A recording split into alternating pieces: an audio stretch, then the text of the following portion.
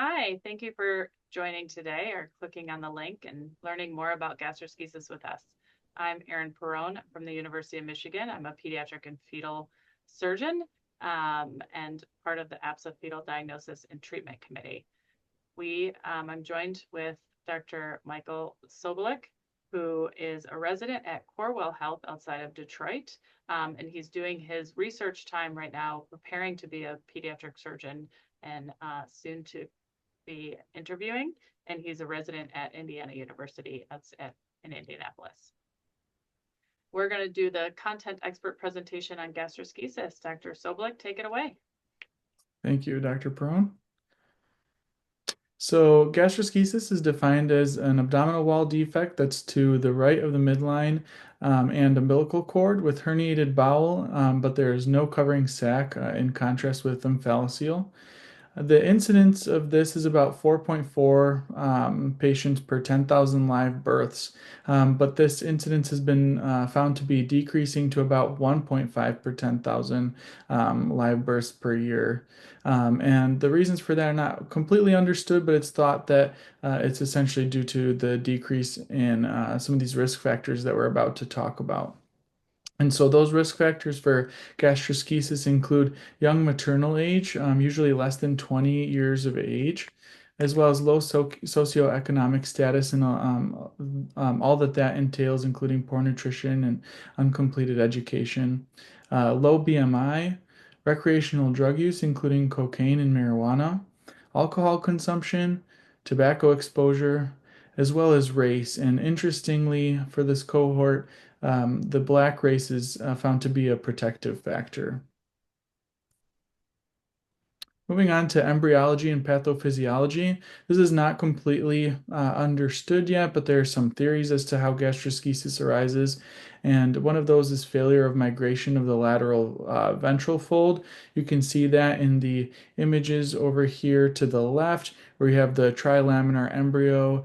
And you can imagine as one of these lateral components comes around to form the anterior abdominal wall around the yolk sac. If that doesn't form completely, that you would have an abdominal defect there. And another theory is abnormal regression of the right umbilical vein with ischemia from disruption of the vitelline artery. So all in all, that's to say that this disease process, we think its origin is multifactorial. There has not been any specific gene that's been identified. There is an inflammatory peel that develops around the intestines after they've been exposed to the amniotic fluid during pregnancy. And so that's thought to be due either to the essentially toxicity of the amniotic fluid versus vascular insufficiency from obstruction of the vessels of the intestines as they exit the abdomen. And then there's dysmotility that's often associated with this disease, dysmotility of the intestines, and that's thought to be again either due to that amniotic fluid or vascular insufficiency, or a decreased density of the pacemaker cells of the intestine, the interstitial cells of Cajal.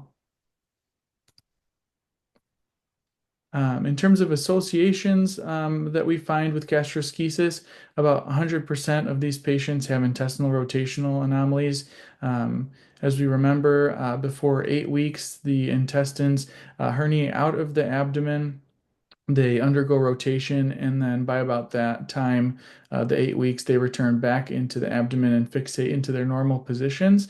And if those intestines are not returned, then you can imagine how we would not have the normal rotation. About 10 to 17% of these patients have complex gastroschisis, and that means that there is an intestinal stenosis or atresia, perforation, or necrosis, volvulus of the intestines, or closed or vanishing gastroschisis. And as you can see on the pictures on the right-hand side, the first two on the left are images of stenosis and atresia, and then on the right-hand side you have a classification scheme that was developed for vanishing gastroschisis, and that's where the abdominal wall fascia starts to close around the herniated intestines before they get a chance to return to the abdominal cavity, causing ischemia, necrosis, and sometimes just absorption of those intestines. And this can be associated with short gut syndrome where you don't have enough intestinal length intestinal length for absorption of all the nutrients that you need to sustain yourself, and these children can require lifelong TPN and intestinal transplants. Thanks so much. So as a fetal surgeon, one of the things that we're most commonly asked to do is to discuss expectations with families before birth or doing prenatal consultations. And with all prenatal consultations, we rely heavily on the fetal ultrasound. So that's right there in that center. We know, as you just learned, that intestines should return to the abdomen by 10 weeks of age. So in general, most people are getting their fetal ultrasounds closer to a 20-week mark, some a little bit earlier or later, but at that point in time, if the intestines are still outside of the abdomen, that is abnormal, and the diagnosis of fetal gastroschisis can be made. If you start worrying about some of those, can we tell if there's a difference for any of those atresias or the more complex things like intra-abdominal ball dilation, so not extra-abdominal, but intra-abdominal ball dilation, polyhydramnios, and gastric distension are associated with atresia. We know that rarely we may see liver herniation. It's most of the time it will be in the abdomen, but certainly if you see that, that is a more complex disease. It's something called liver out gastroschisis, and those patients do have worse outcomes. So those are things that we're looking at from the prenatal imaging. We know that before that, they get to the ultrasound, some patients undergo an amniocentesis, and that can be between 15 and 20 weeks. And those patients we know are associated with an elevated alpha-fetoprotein level, and helps us to make that diagnosis if that's been done. I think amniocentesis is done less and less these days, but certainly if these tend to end up on questionnaires that you guys answered for tests. Rarely we get a fetal MRI. Most of the time this is not indicated, but those more complex cases, and especially if it was a liver out gastroschisis, or we were trying to figure out if it was a ruptured omphalocele and the difference, those are patients that occasionally do get a fetal MRI. And so we included it here just for completion's sake.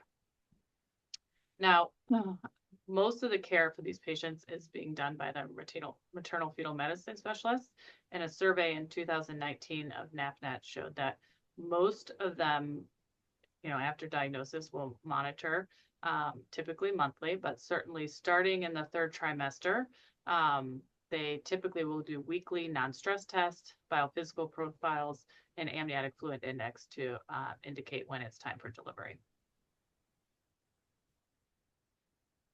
So when we talk about delivery, one of the biggest misconceptions I think people have is parents either heard this from someone or guessed it, but that they needed to have a C-section because the bowels were outside of the body, which there have been multiple studies that have shown that that's just not the case. It is perfectly safe for a baby with gastroschisis to deliver vaginally. And I remind people that there's lots of reasons that babies and moms may need a C-section, but having the bowels out themselves aren't. So I always defer back to their maternal fetal medicine and obstetricians about which is safest for them, but just to let them know that there's no need for that just because of the gastroschisis. We do ask that they deliver at or near an appropriate tertiary center that can deal with the gastroschisis after birth.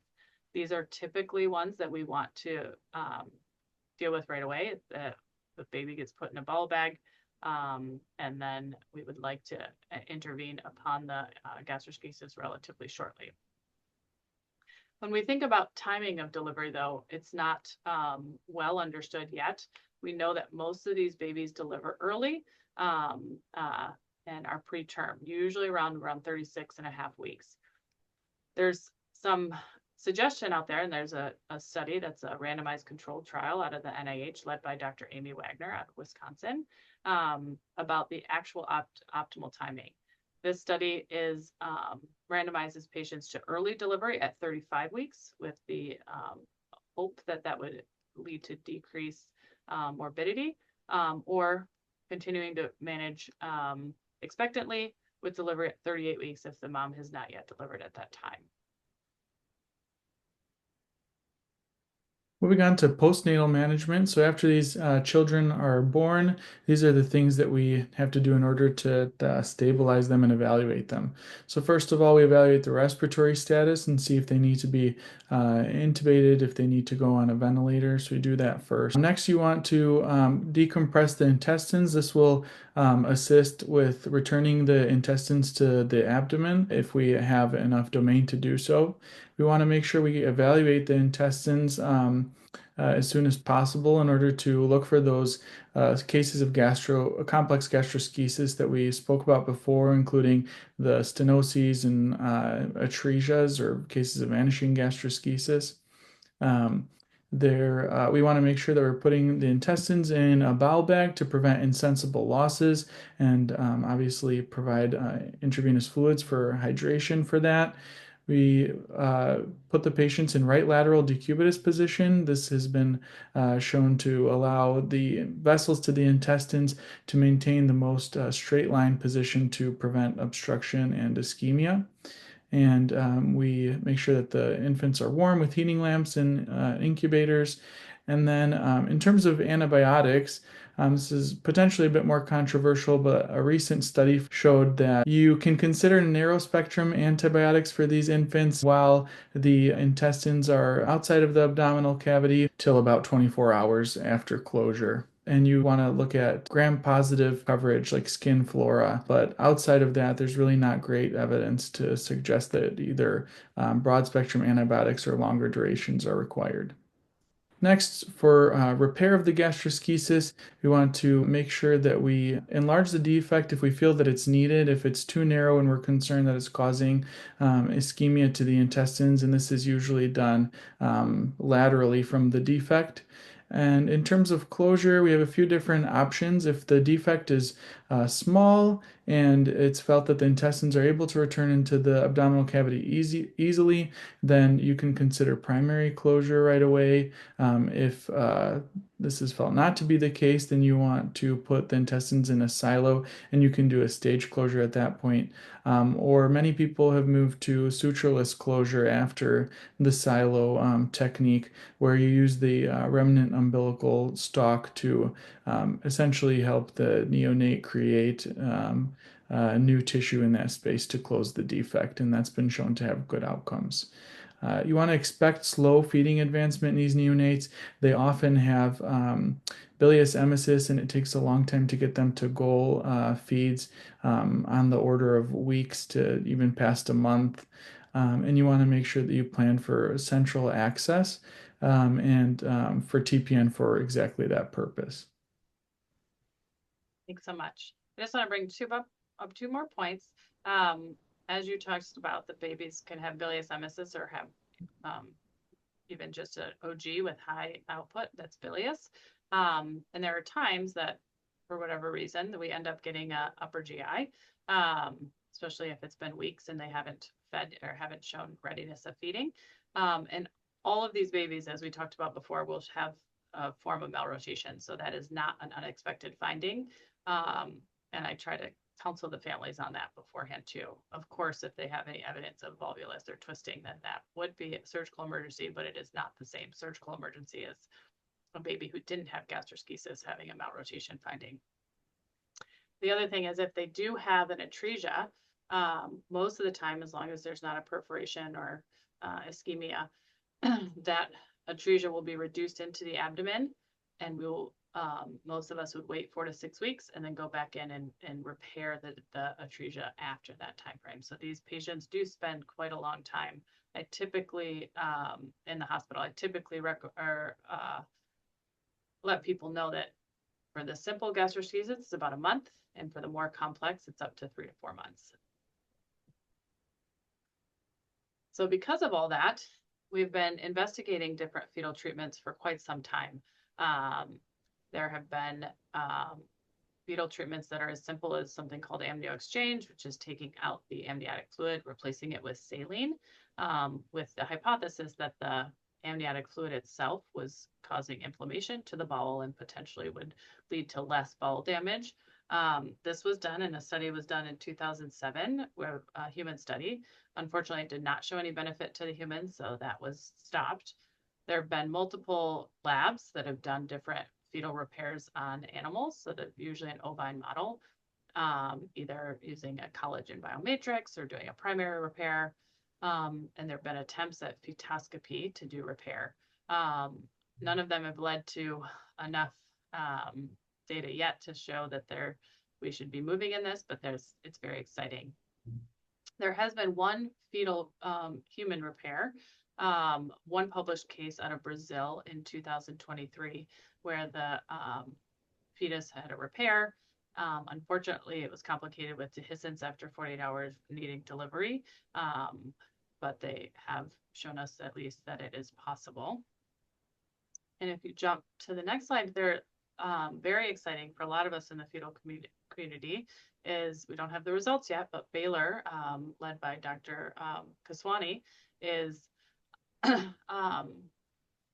a randomized controlled trial of postnatal versus fetoscopic repair of complex gastroschisis. So the previous studies were in simple gastroschisis in the animal studies, but this is for those complex cases. So they have to be a singleton pregnancy with intra-abdominal bowel dilation over 10 millimeters and have no other significant anomalies. So that's, again, that intra-abdominal bowel dilation is what is suggestive of a complex gastroschisis or a atresia.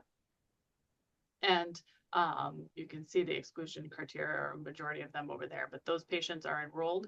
And the uterus, the mother undergoes a laparotomy with the uterus exteriorized, and then a fetoscopic repair through the uterus. So trocar is placed in the uterus.